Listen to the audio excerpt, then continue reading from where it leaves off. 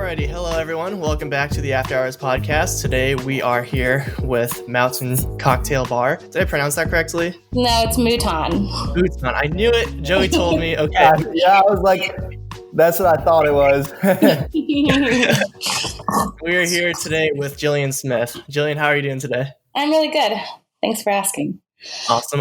And then, so are you the owner of Mouton? I'm not. I've been the general manager of Mouton for almost 4 years now, but I do not own it. Most people think I do, but... Mouton's been around for about a decade, is that correct? Yep, we are going to celebrate 10 years in October, I believe. That's awesome. Thanks. So what is the vibe of Mouton? That's a vibe. I mean, we're kind of like a modern cocktail bar. I think there was a lot of, speakeasy type bars that wanted to come out, and Mouton has those kind of cocktails, but we are a storefront on High Street in Short North. So it's really kind of hard to be a speakeasy when you have, floor to ceiling windows and stuff. So I just think we're like a modern cocktail bar. It's light and bright in there during the afternoon and evening, and stays nice and dark and you can see outside. So you guys are located in Columbus, right? Yeah, we're at 954 North High Street, so we're just right in the middle of the Short North. Gotcha. Are you yourself from Columbus? Not originally. I've been in Columbus for a little over 10 years now. I grew up in California. I grew up in Monterey. It's a pretty small town. It's kind of touristy town on the coast. And I came out here for college. I went to Capitol, and I have just been here ever since. I never went home. How is the bar life out in Columbus? I think it's pretty good. I'm not right now, but but in general, I mean, it's always busy on the weekends. Weeknights are not quite as busy. I don't know. I think most of the other people that I've talked to around at least our area and stuff feel like we've been doing pretty well for the last couple years, especially with all the construction that we go through and stuff down in the Short North. A lot of us have been able to survive through that, so that's pretty cool. What made you decide to work at Mouton? What made me decide to want to work at Mouton? I've always loved Mouton from the first time I walked into the door. I was just kind of enamored. I loved the atmosphere, the bar. I thought it was pretty. The bartenders there were really nice. I was working at Natalie's Coal-Fired Pizza and Live Music at the time, actually, when I first went in there. And I had started getting into cocktails around 2015. And I was teaching myself. I met one of the bartenders at Mouton, and he kind of helped teach me some of the basics that I needed to learn that I didn't know. And I kind of just fell in love with it from that. And then fast forward a couple years, I got a job there. I started working 1 day a week in the beginning, and then started picking up more days. And within 6 months, I was running the bar. So, what are some of your favorite things about working there? One, the owner. We used to have 2 owners, and one of them sold to the other. But the owners have always been so supportive. They really give us a lot of freedom to create and build menus and kind of do what we want. Within reason, of course. But they always put a lot of trust in me. And I always felt like that was a really important thing about that job, is that I always felt supported. And yeah. Do you have any unique, interesting stories of anything that's happened over the years? I mean, there's always lots of weird little stories, I feel like. I don't know if any of them are really good enough to tell. I've seen a lot of engagements. There's a lot of couples that have first dates and stuff at Mouton, and they stick with us for years and they get engaged. So I always feel like those are pretty memorable. And then there's always the drunk people stories, but right. Our men's restroom door is this really old, heavy door, and everyone always has problems with it. And drunk people get themselves locked in the men's bathroom all the time. Oh no! So that's That's not good. That's always fun. I guess those are stories. I have quite a few ones of those. I've had to get a screwdriver and unlock the door because they don't know how to. I'll tell them how to unlock it, but they're just drunk and panicking and won't listen. So you have to get them out of the bathroom. That's always embarrassing, but Happens to the best of us. I couldn't even imagine. So what would you say is an important lesson that you've learned over the years while managing the bar? I feel like there's a lot of lessons that I've learned over the years. I don't know. One, I don't think you can make everyone happy. And it's important to remember that, especially in our business. Like sometimes people are just having a bad day and it doesn't matter what you do. So to not take those things too personal, if you can separate it a little bit. Also, I mean, over the years, like fundamentals in bartending, like learning your classics and making sure that you educate yourself in the basics is just really important. It's kind of like a walk before you can run thing. I think there's a lot of, with the restaurant industry booming here before all this happened, there's a lot of bartending jobs and people get promoted really fast and they think they know everything. And I did too when I first started. And I actually, because I had a couple of friends that were in San Francisco that are in the bartending world, and they set me up with some stages, which are like some unpaid learning shifts. One time when I was out there earlier on, when I was starting craft cocktails, and I went out there and learned that I knew nothing. And I came back feeling really defeated, and I like put my head down and I worked really hard to learn my classics. And I think that's something that kind of gets lost on new bartenders. So I think those are good lessons. Yeah, that's awesome. Speaking of being informed, I am what you would call the opposite of informed when it comes to knowing what drinks are what, which I think puts a very interesting spin to this podcast with it being pretty much centered towards that. So like, for example, today I have prepared a Walmart brands vodka with, I found out you can put ice cream and chocolate milk and mix it all together and it tastes delicious. Have you ever like experimented with things where like trying to determine like what works with what, or just kind of come up with something on the fly and like realize, oh, hey, like these things work really well together? I feel like that's what I used to do in the beginning. Now that I have a little bit more of a way that I work to make my cocktails, I don't really do that as much. I mean, if I'm at home or drinking with friends and we have limited access to stuff, then yes. But I kind of have like a system of how I work with my cocktails. I use the Flavor Bible a lot. It's a book that has, I don't know if you've ever heard of it, but it has like every vegetable, flavor, spice kind of thing that you can imagine. And it gives you a list of all the things that pair with it. So I spend a lot of time using that when I first come up with ideas for cocktails. And that helps a lot. It saves a lot of time. So going off of that, what is your favorite drink?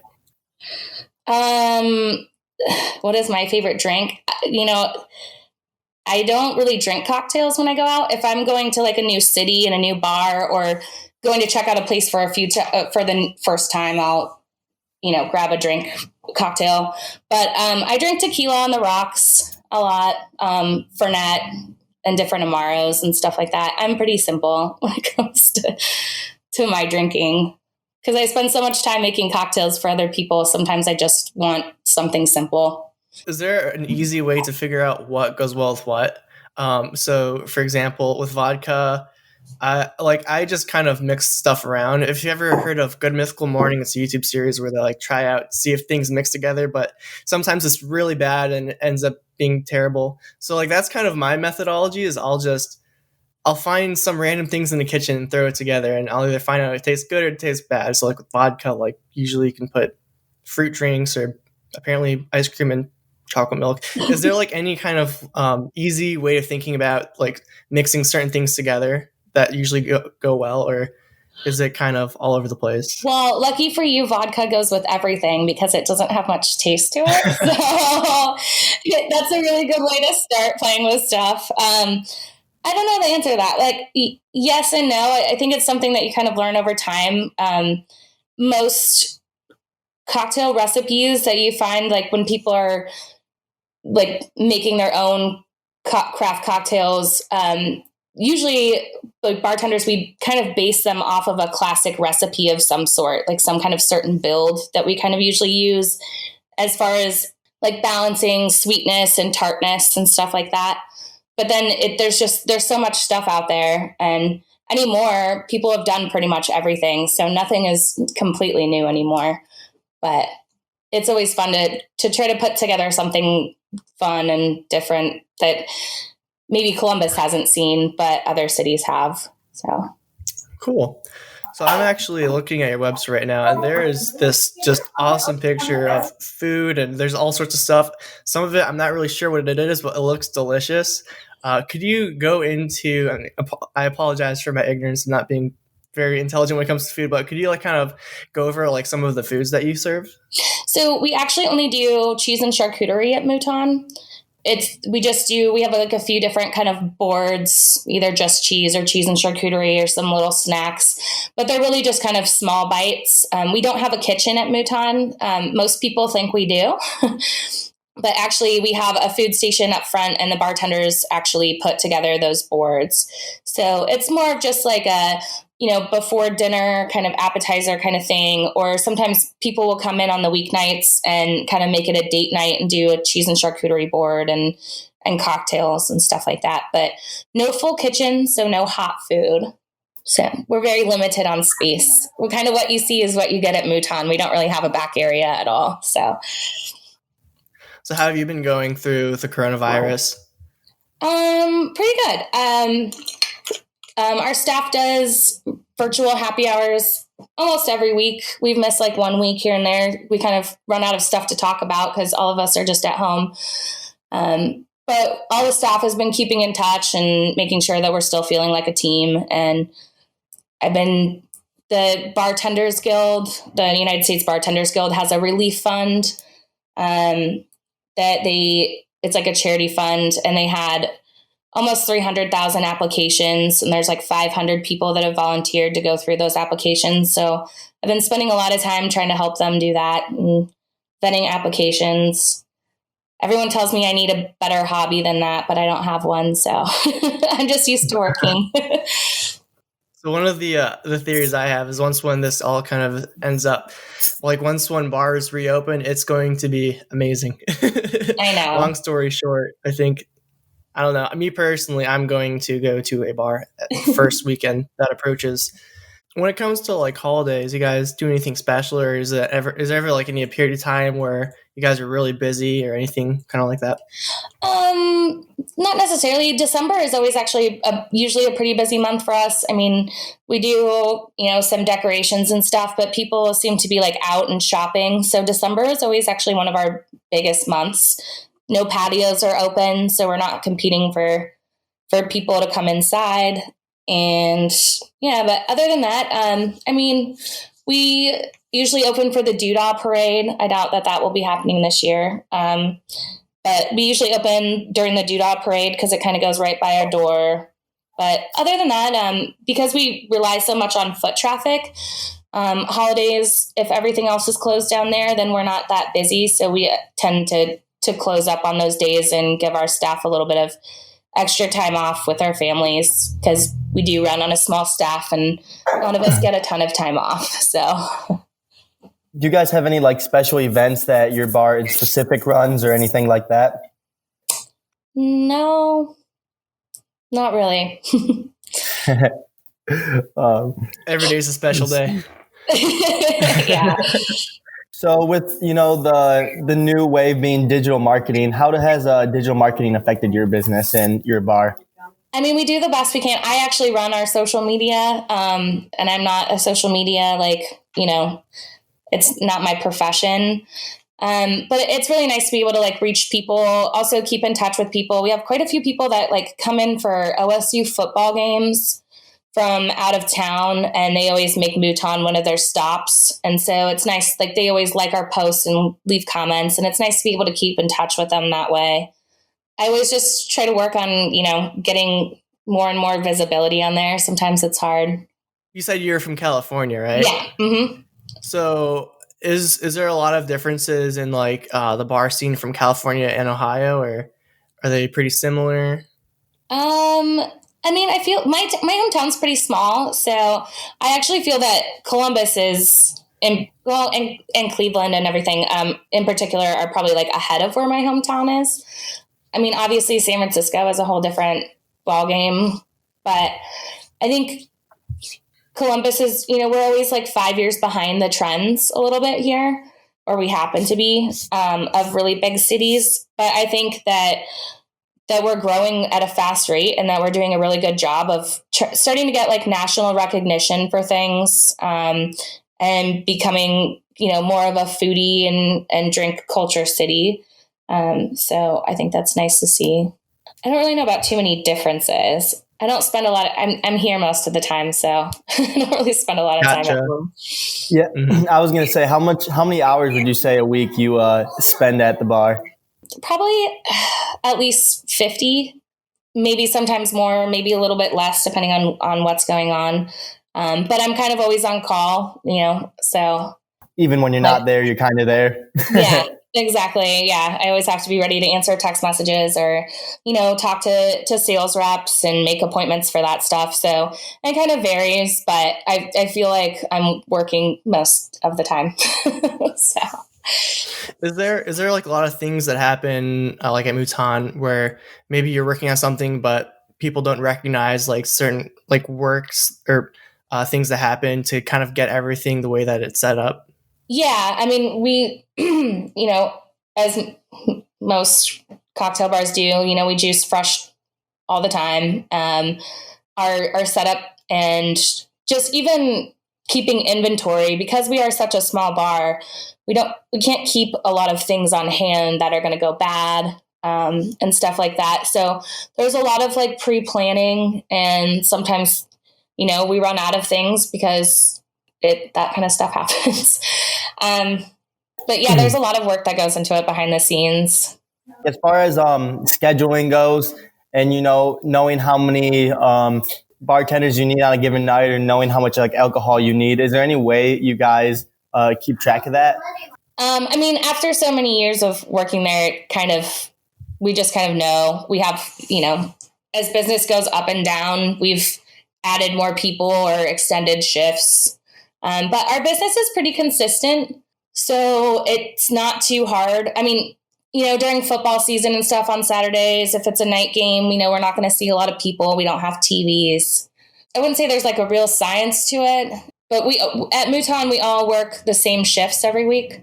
So I don't have to write a schedule. We're all responsible for the same shifts every single week, which is kind of nice for our regulars too, because if they want to come in and see a certain bartender, they know when they'll be able to see them. Yeah, that's always nice to go to a bar, and you have a bartender that you like, and they're going to be there, so you want to be there too. Yeah. So that's kind of how we've always handled that, and it works for us. It gives regulars a time to come in and see their favorite bartender. So our schedule doesn't change very much.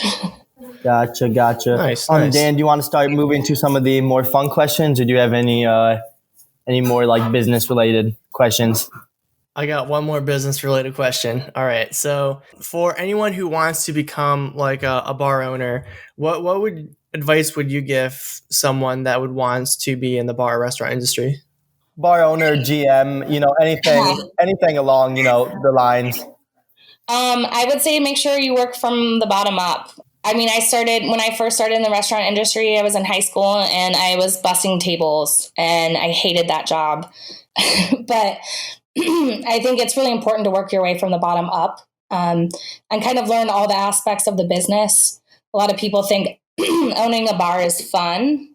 It's not necessarily fun. There's a lot of work that comes with it and a lot of responsibility. And there's a lot of ways that you can really shoot yourself in the foot if you don't know what you're doing. So I think everybody should kind of go through all the stages of restaurant and bar work. It really kind of rounds you out as a better employee and a better manager and owner in the long run. Alrighty, so now we're going to go over to the fun section. We're going to ask kind of just more fun, laid back questions. So this question is always one that I like. Is there a hangover recipe? Hair of the dog. Drink it off.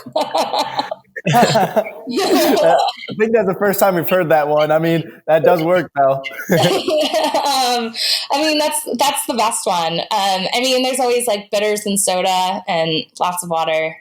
I always find actually if I'm really hungover, I usually order pho and get some like good broth and liquid into me.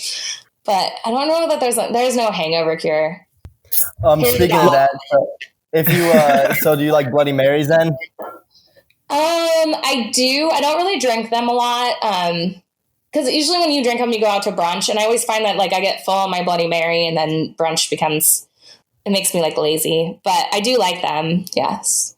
So one thing that I always do is I always go with the greasy food technique, which according to doctors everywhere, that's inaccurate. What are your thoughts on that? Because my go-to is I'll get pizza, I'll get some like greasy French fries, and I am set. But I guess you're not supposed to do that. I don't know. I mean, I feel like if that's what you're craving, then it works. You know, you gotta get something to like soak up that alcohol from the night before. Right. Maybe take a nap after. Right.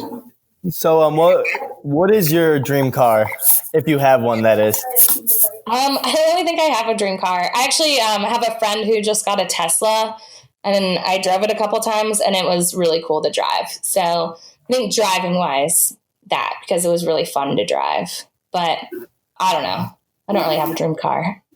They're really fun to drive. So going off that, do you have any ghost stories, or have you heard of any like ghost related stories that have happened at Mouton? No, not really. I mean, there's always like weird stuff where things like fall sometimes randomly, but I think there's probably usually a cause for it. So no, I can't say that Mouton really has. I wish that we did. I know there's a lot of places down in the short north that do.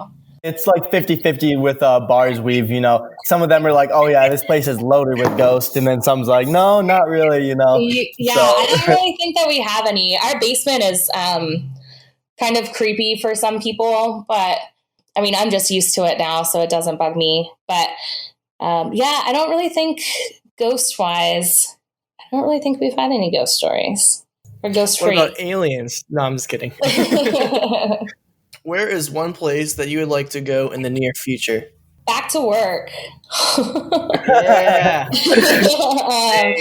I don't think there's a lot of people that would say much different. I mean, especially because we're not going to be traveling much in the near future. So back to work is the first place that I would like to go. So going off of that one, which is a good one, I wasn't even thinking about that, but I'm sure, yeah, that'd be nice.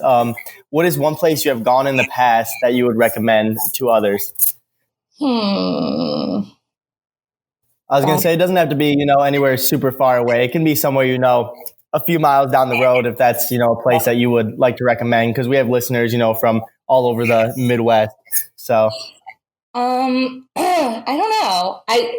I feel like I grew up in one of like the prettiest places in California. So I always think of like my hometown. So Monterey, like the beaches there, it's not very like warm there. There's no palm trees. It's not like that. It's, kind of like a touristy town on a bay. So like Big Sur is right below that, and it's fucking gorgeous. So I guess that, I always enjoy going to San Francisco. I love the nightlife there. Yeah. I don't know. No, that's awesome. I'd love to visit California sometime. We have a podcast scheduled later with a bar in California, so that's going to be pretty sweet. That's our first one, non-Midwest. What bar is it? Dan, do you know what is the name of the bar? I think it's Redwood, right? Yeah, Redwood. It's like a pirate themed bar. Where is it? San Francisco, I want to say. I don't know off the top of my head. I know it's in California. But yeah, it's like a pirate themed bar, which is kind of cool. It's in right outside of LA, actually. I remember now. Yeah, so that'll be super fun. So what are some of your hobbies? I know you said you don't have like a lot of them, but do you watch any sports or anything like that? No. Not growing up in Ohio, the OSU football thing was like kind of like a culture shock to me when I moved here. So no, I'm not really that big into sports. I played volleyball in college, so I used to coach volleyball, but it doesn't pay enough money, so I started bartending full time instead. So no, I don't really have any hobbies anymore. I wish I did. I'm sorry that I don't. Everyone keeps telling me I need a hobby in quarantine. I'm like, well, I don't knit. Do you have like any favorite TV shows? Lots. Especially now that we're in quarantine. I really like Below Deck on Bravo. It's like this show about people that work on a yacht, and it kind of ties into like the bar world, except for they're working like 24/7 for people. So I always kind of find that pretty interesting. Ozarks. Gosh, what else have I been watching? Oh yeah. Have you finished Ozarks yet? Yeah, I did. I watched it pretty quickly. It was Yeah, really the end good. of season 3 is insane. That was one of my favorite seasons. It was really sad when it was over. Yeah, there's quite a few things that have come out during quarantine that I've been watching, but Yeah, you got to have something. You know, Netflix is definitely one of my hobbies during quarantine. So we're going off of the like OSU sports thing. I'm actually from Michigan, so I'm kind of on the opposite end of the spectrum from Ohio State and Columbus. So when I go to Columbus, everybody doesn't always like it. But I had a good time. I actually went there to visit one of my friends who went to OSU, and all the bars are super nice, and we had a good time. yeah, it's a crazy culture.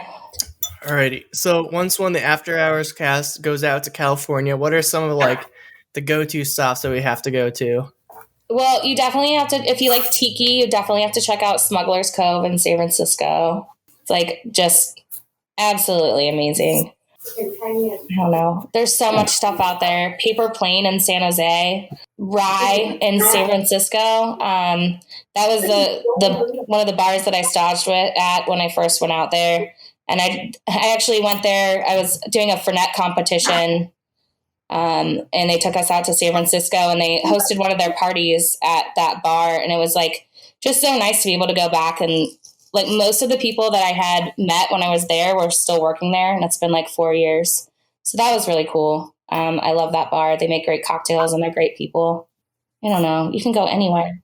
We would definitely have to check all those out. I just wrote them down, so we're eventually going to make the trip out there, whether it's a few months from now or a year. We're going to make the Yeah. trip, so we'll make sure to put those on our list.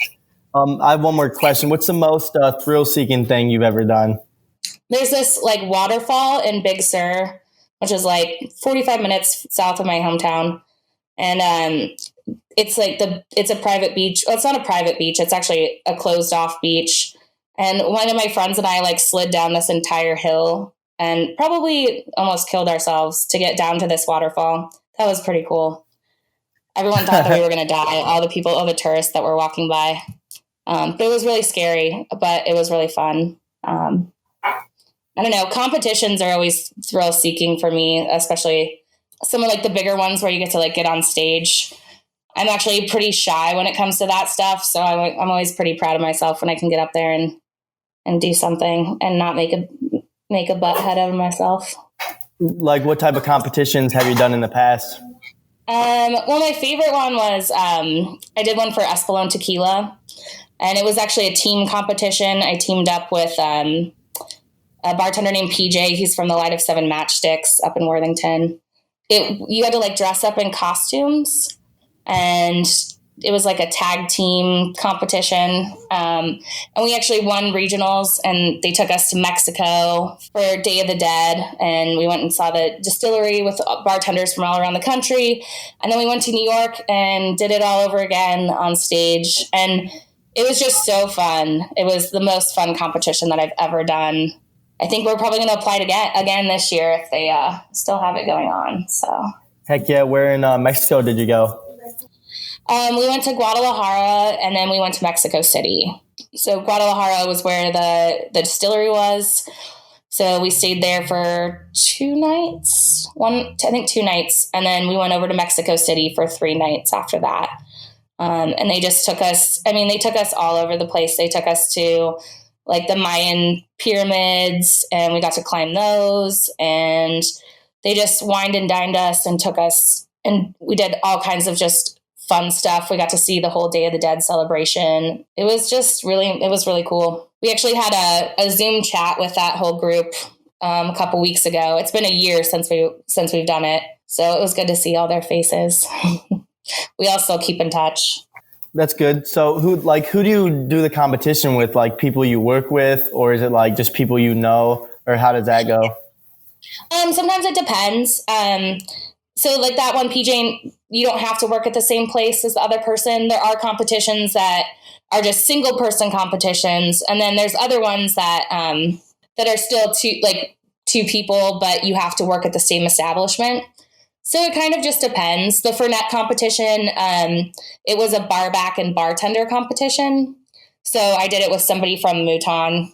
That one was really fun too. I shouldn't say that Espelon was a little different, but Fernet was really exciting also. We won the regionals on a Sunday, and we had to fly out to San Francisco the next Saturday. It was kind of a whirlwind of events. But yeah, that one was really fun too.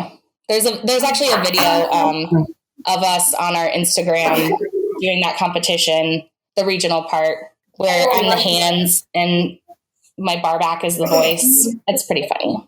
Oh, we'll definitely have to check that out. Yeah, you should. You might want to put a link to it to the podcast because it's pretty funny. Oh yeah, we'll make sure to do that as well. Dan, do you have some any other interesting questions or any fun ones? I do. Now that you mention it, Jillian, what is your favorite color? Purple. Awesome. The color of the second drink that I have, Mike's Hard Black Lemonade. I've actually been, my mom and my sister got like 13 of the liter like finest calorie drink mixes today. And then we just went and bought like a half gallon of like all the different types of alcohol. So I've been trying a few out today. I've had strawberry pina coladas. Those have been going down pretty easy. So if there's any other one you could recommend to me. Sounds like someone's going to need some hair of the dog tomorrow, but Yeah, definitely. We're making sure to make the most of quarantine. Yeah, is there any you can recommend since we have them all here? I know it's like we usually never do this, so I'm like I don't even know what to make. I'm like strawberry pina colada sounds good. I'm like, but they all sound good, so it's hard to choose. I'm not really sure. I'm not super versed in the Cali's finest mixes, but I wish I could help you. Gotcha. She heard you when you said tequila on the rocks. She was like, "Oh yeah." Her favorite's 1942. My sister. Nice. So that's usually what she drinks when she goes out. Yeah, can't really afford that, but sometimes every once in a while it's a good treat. What tequila do you usually get? Well, because I did that Espelon competition, I'm married to the Espelon brand.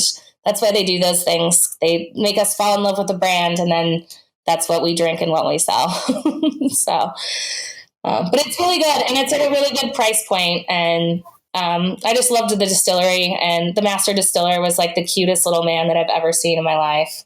So it has a special place in my heart. So that's what I drink. That makes sense. Actually, I remember on one of our last podcasts, Jake's. It's actually in Toledo. He has like this special like tequila that they have there, and it's only like $3 or $4 a drink. It's like very reasonably priced, and I had it when I was there, and it was really good. I can't remember the name right now though, sadly. Maybe it was Espelon.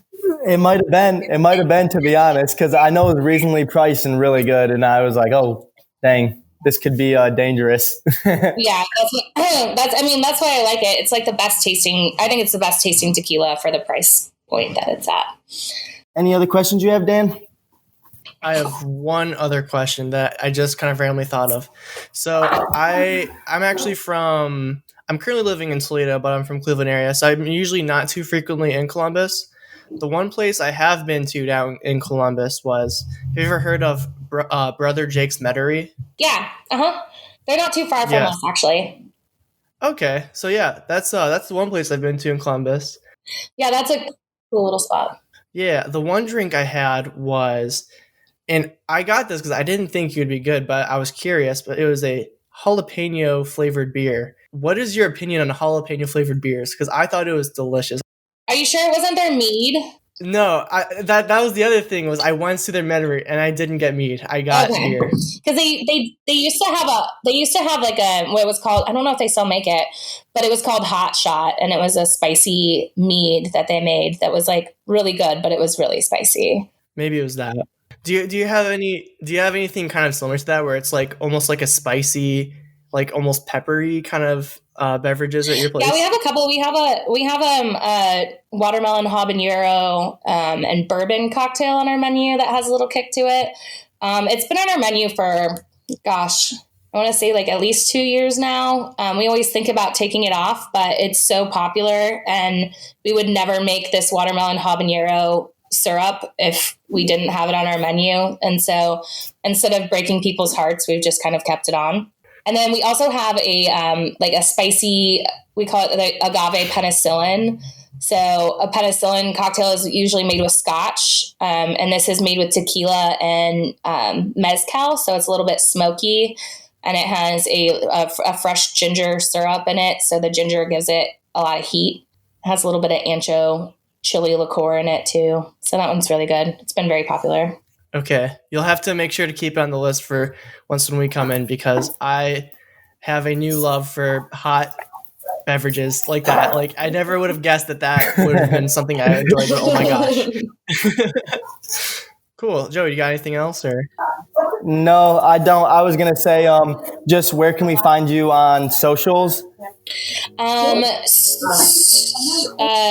Instagram, it's Miss Jillian, I think 2_11. Sweet. I think that's everything. You can probably stop recording now, Dan. All right. Thank you so much, Jillian, for joining us.